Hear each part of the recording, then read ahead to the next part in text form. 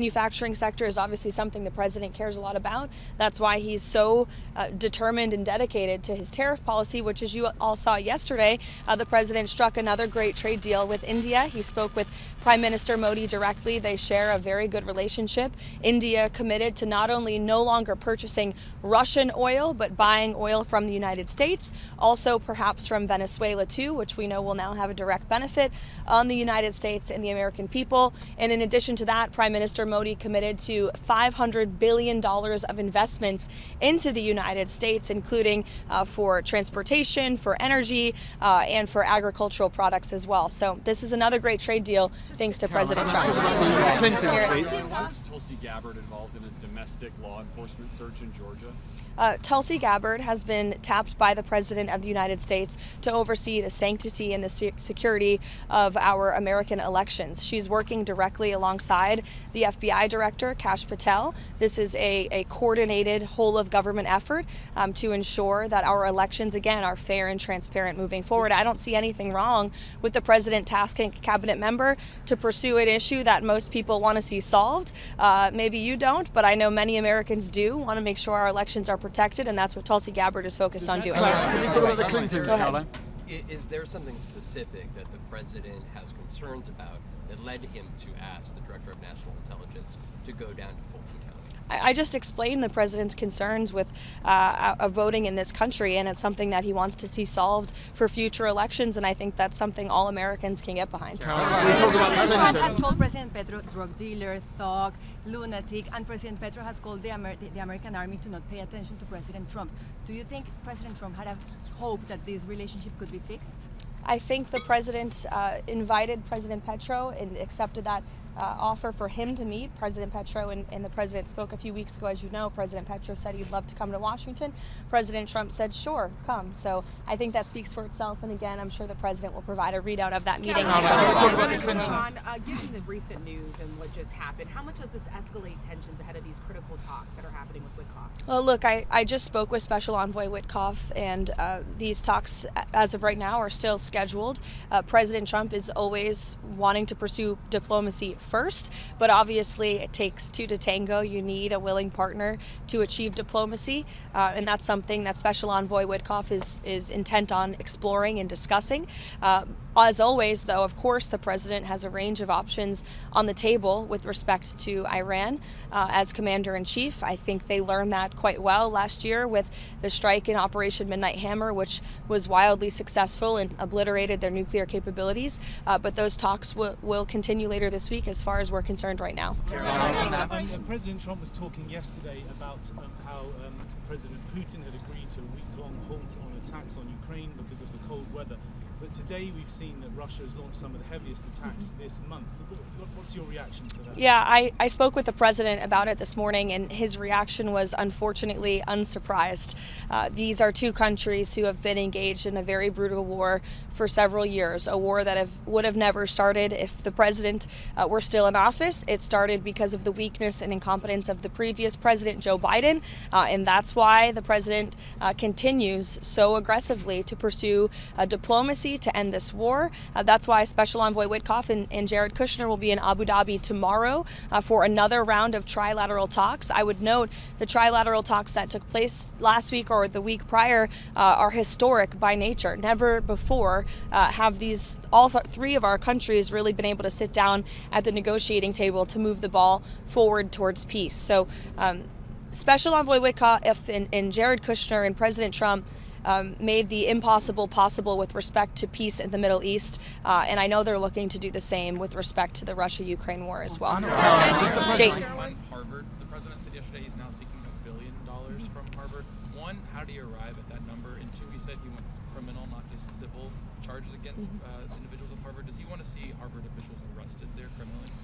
Look, I will let the president and also the Justice Department and those who will be pursuing that against Harvard speak on the specifics of that matter. But I know that the president wants to see a deal struck with Harvard that is appropriate and that ensures they are held responsible for the criminal behavior, the illegal behavior, the harassment and the targeting of Jewish American students on their campus that took place over the course of the last several years. This is something the administration administration has been working on over the course of the last year, and the president himself has been directly involved, as evidenced by that Truth Social statement as well.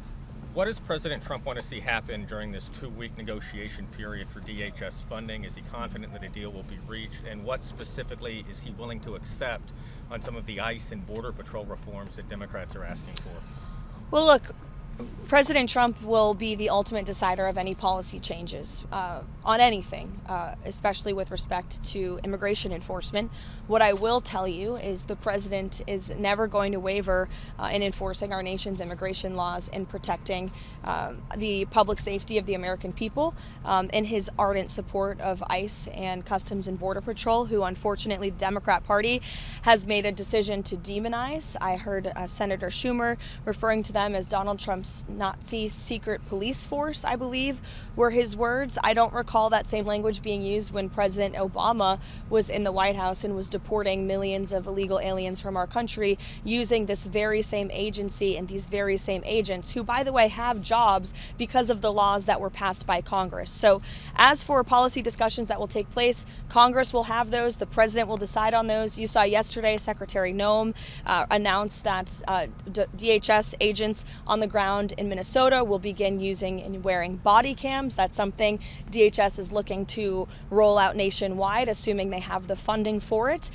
So that could be part of the discussion. I know Tom Homan has been on the ground in Minnesota. He's there again today for direct dialogue with state and local officials to move these conversations forward as well. And I think you'll be hearing more from Mr. Homan tomorrow on some of the progress that has been made. So look, we're willing obviously to have this dialogue and to talk and to listen, but we are not going to concede in enforcing our nation's immigration laws and delivering on the mandate the president was given by nearly 80 million Americans to deport illegal alien criminals from our country. Venezuela, any preparations for a visit from Delcy Rodriguez from Venezuela, and your statements on the political prisoners situation in Venezuela?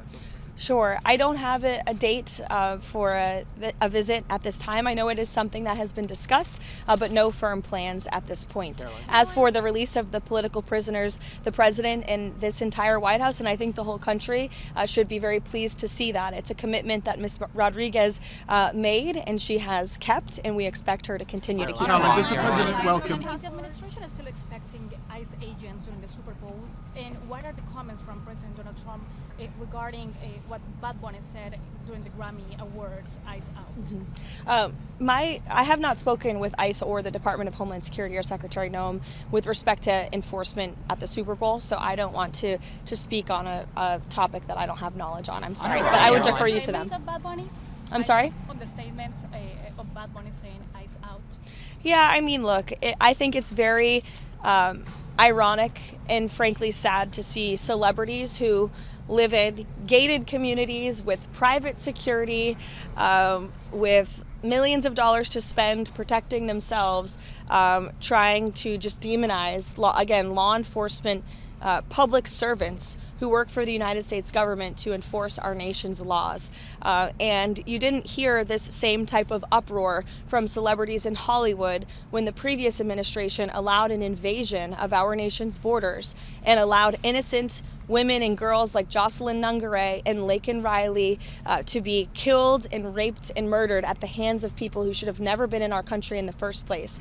And now you have law enforcement who are simply trying to do their jobs to remove violent predators like those who took the lives of innocent Americans. There was no uproar from Hollywood and the elitist crowd at the Grammys then, but there is now, and I think that speaks to the unfortunate irony that we're seeing in Hollywood. Caroline, talk about the Clintons. I'm sorry? Go on. Sorry. Okay. President Trump approval ratings has went up in the Hispanic community since the Maduro's capture. What do you think about that? Because the legacy media said that the Hispanic community is scared about Trump policies. Yeah, I think it's a great point, but what the president obviously did with respect to Venezuela was a great thing for all Americans, but especially Venezuelan Americans who fled Maduro's illegitimate regime because of the horrors of communism, and I think it's a good lesson for all Americans to learn. Thank you, guys. Thank you, Caroline. Caroline. Thank you.